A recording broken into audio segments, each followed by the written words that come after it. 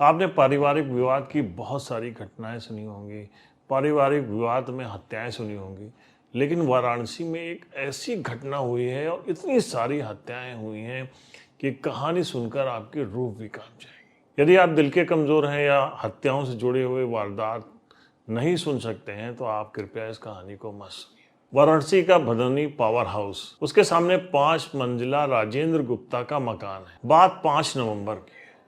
दिन दहाड़े ताबड़तोड़ गोलियां चलती हैं। इसमें राजेंद्र गुप्ता की पत्नी 42 साल नीतू गुप्ता, उनके बेटे नवनेंद्र 25 साल, 15 साल का बेटा शुभेंद्र और 16 साल की बेटी गौरवन्वी की गोली मारकर हत्या कर दी जाती है।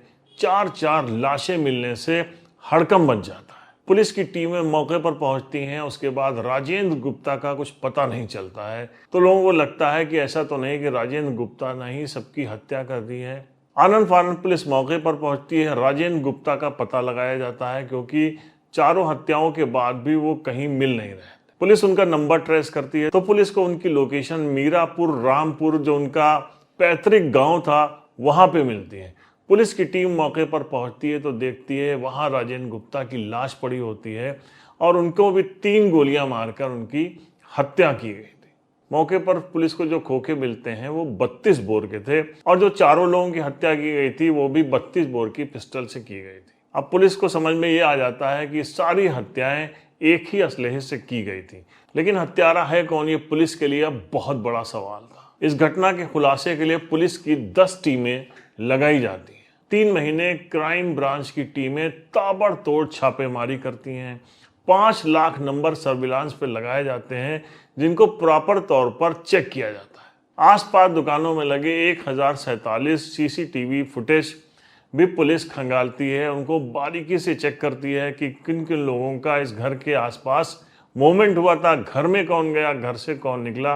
ये सब पे पुलिस जबरदस्त एक्सरसाइज करती है। जांच में ये भी सामने आता है कि मृतक राजेंद्र गुप्ता ने अपने पिता, अपने छोटे भाई कृष्ण गुप्ता, उसकी पत्नी और एक चौकीदार की हत्या की थी।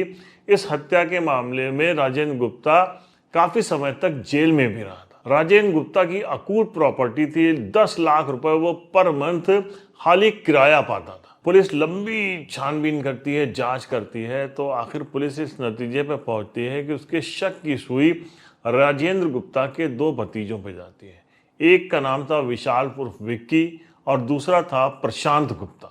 विक्की तो वाराणसी छोड़कर ही कहीं फरार हो गया था, जबकि प्रशांत गुप्ता की लोकेशन वाराणसी में ही मिल रही थी। पुलिस उसके ऊपर लगातार निगाह रख रही थी। पुलिस ने उसको हिरासत में नहीं लिया, उसको छेड़ा नहीं, लेकिन उसके ऊपर पुलिस की टीमें लगातार निगाह रख रही थी। खबरी लगा दिए गए थे उसके चारों तरफ, उसके हर मोमेंट पर पुलिस निगाह रख रही थी। विक्की इस बीच अपने भाई प्रशांत से भी बात करता था और कभी कभी वो अपने बहनोई से बात करता था, जो कि दिल्ली में रहता था। पुलिस की टीम पहुंची और जब उसके बहनोई को हिरासत में लेकर पूछताछ किया तो उसके बहनोई ने बताया कि विक्की कहता था कि इस बार दीपावली पर वो राजेंद्र गुप्ता, अपने चाचा राजेंद्र गुप्ता और उसके पूरे परिवार की हत्या कर देगा। अब पुलिस की टीम को बहुत सारे क्लू मिल गए थे, लेकिन अभी भी पुलिस प्रशांत को उठा नहीं रही थी। आखिर पुलिस से इंतजार कर रही थी कि कब प्रशांत से विक्की फिर से कांटेक्ट करे या कहीं सही जगह उसको मिलने के लिए बता दे कि वहां पर वो दोनों मिलने जाए तो उनको अरेस्ट किया जाए। इधर 3 महीने से विक्की अलग अलग शहरों में रह रहा था और धीरे धीरे उसके पास जितने पैसे थे सब खर्च हो चुके थे। एक दिन आखिर उसने प्रशांत को फ़ोन किया और कहा कि मुझे पैसों की ज़रूरत है, तो मुझे कुछ पैसे भेजो। प्रशांत ने कहा कि हम ऑनलाइन ट्रांजैक्शन तुम्हें नहीं कर सकते हैं, क्योंकि मुझे लग रहा है कि पुलिस मेरे ट्रांजैक्शन पे जो है नज़र रख रही है। तुम ऐसा करो कि तुम आ जाओ और पैसे ले लो, पैसे लेके चले जाना। अब 6 फरवरी को विक्की पहुंचता है वाराणसी। वो वाराणसी जाता है और उसके बाद बीएचयू के पास अपने भाई से मिलता है और जैसे ही उसको वो पैसे लेता है, पुलिस वहां पर पहुंच जाती है और दोनों को घेर कर पकड़ लेती है। दोनों भाइयों को जब गिरफ्तार करके उनसे पूछताछ की गई तो दोनों आरोपियों ने बताया कि मेरे चाचा राजेंद्र गुप्ता ने मेरे माता पिता की हत्या करके सारी प्रॉपर्टी हड़प ली थी। वो बचपन से हम लोगों से नफरत करता था, बुरी तरीके से मारता पीटता था। बाद में मुझे पढ़ने के लिए बेंगलोर भेज दिया गया। मैं बेंगलोर में जाके पढ़ाई करने लगा, बीटेक की, और उसके बाद फिर मैंने वहीं नौकरी शुरू कर दी। एक वक्त ऐसा भी आया जब दोनों भाई समान जिंदगी जीने लग गए, लेकिन इस कहानी में मोड़ तब आया जब 2022 में विक्की दीपावली के अवसर पर घर आया। प्रॉपर्टी की बात होने लगी तो चाचा उससे नाराज़ हो गए, और इतना नाराज़ हो गए कि डंडा उठा के उसको बुरी तरीके से पीटा और कहा कि अब तुम दोबारा यहाँ दिखाई दे तो जैसे तुम्हारे माँ बाप को मार दिया था वैसे ही तुम्हारी हत्या कर देंगे। विक्की वहाँ से बेंगलोर वापस चला गया, लेकिन अब उसके अंदर इतना क्रोध भर गया कि उसने फैसला कर लिया कि न केवल वो अपने चाचा को बल्कि उसके परिवार को मार देगा। मार देने का कारण ये भी था कि विक्की को लगता था कि बचपन से जब भी कोई बात होती थी, छोटी सी गलती होती थी, और मेरे भाइयों को जो कि राजेंद्र गुप्ता के लड़के थे, मेरे चचेरे भाई थे, उनको तो वो कुछ नहीं कहता था, मुझे वो जमकर पीटता था। तो मैंने वहीं से फैसला किया, फिर अपने भाई को कहा कि इस बार दीपावली को मैं सबको मार दूंगा। मेरे मन के अंदर इसलिए भी और गुस्सा था कि मेरे सामने राजेंद्र ने, मेरे चाचा ने, मेरी जो परदादी थी, उनको एक बार पूजा के टाइम उनसे कोई गलती हो गई थी, तो उनको पूजा के वक्त बहुत कस के उसने पीटा था, लोहे की कीलें उनकी पीठ में गाड़ दी थी।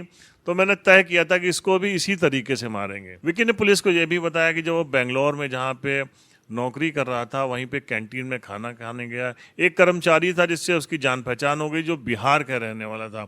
उसने जब उससे बात की तो उसने कहा कि हम तुमको बिहार मेड बढ़िया सी पिस्टल दिला देंगे, और उसके बाद उसने 8-8 हज़ार रुपए की 2 पिस्टल बिहार जाकर खरीदी, और उसके बाद फिर वो बेंगलोर आ गया।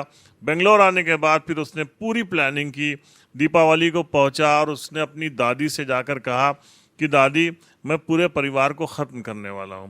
दादी ने उससे मिन्नतें भी की। हालांकि दादी का कहना था कि मेरी बेटा ऐसा ही है कि इसको जीवन में कभी ना कभी बहुत सख्त सजा मिलेगी।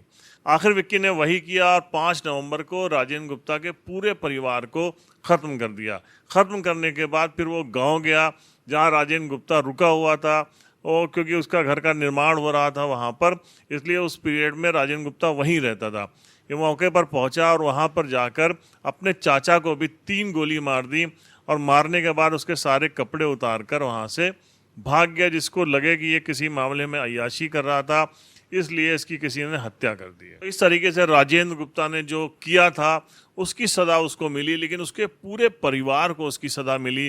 करोड़ों की प्रॉपर्टी थी जिसके लिए राजेंद्र गुप्ता ने अपने पिता, अपने भाई भाभी और चौकीदार की हत्या की थी, और उसी प्रॉपर्टी के लिए अब उसके पूरी परिवार की और उसकी हत्या हो गई। तो ये कहानी पूरे समाज के लिए एक नज़ीर है, एक उदाहरण है कि किस तरीके से लोग प्रॉपर्टी की लालच में पड़ते हैं, अपनों का ही कत्ल करते हैं, उसके बाद उनके साथ भी वही होता है जो उन्होंने कर रखा। सहारा टाइम्स के लिए परवेज़ अहमद की रिपोर्ट।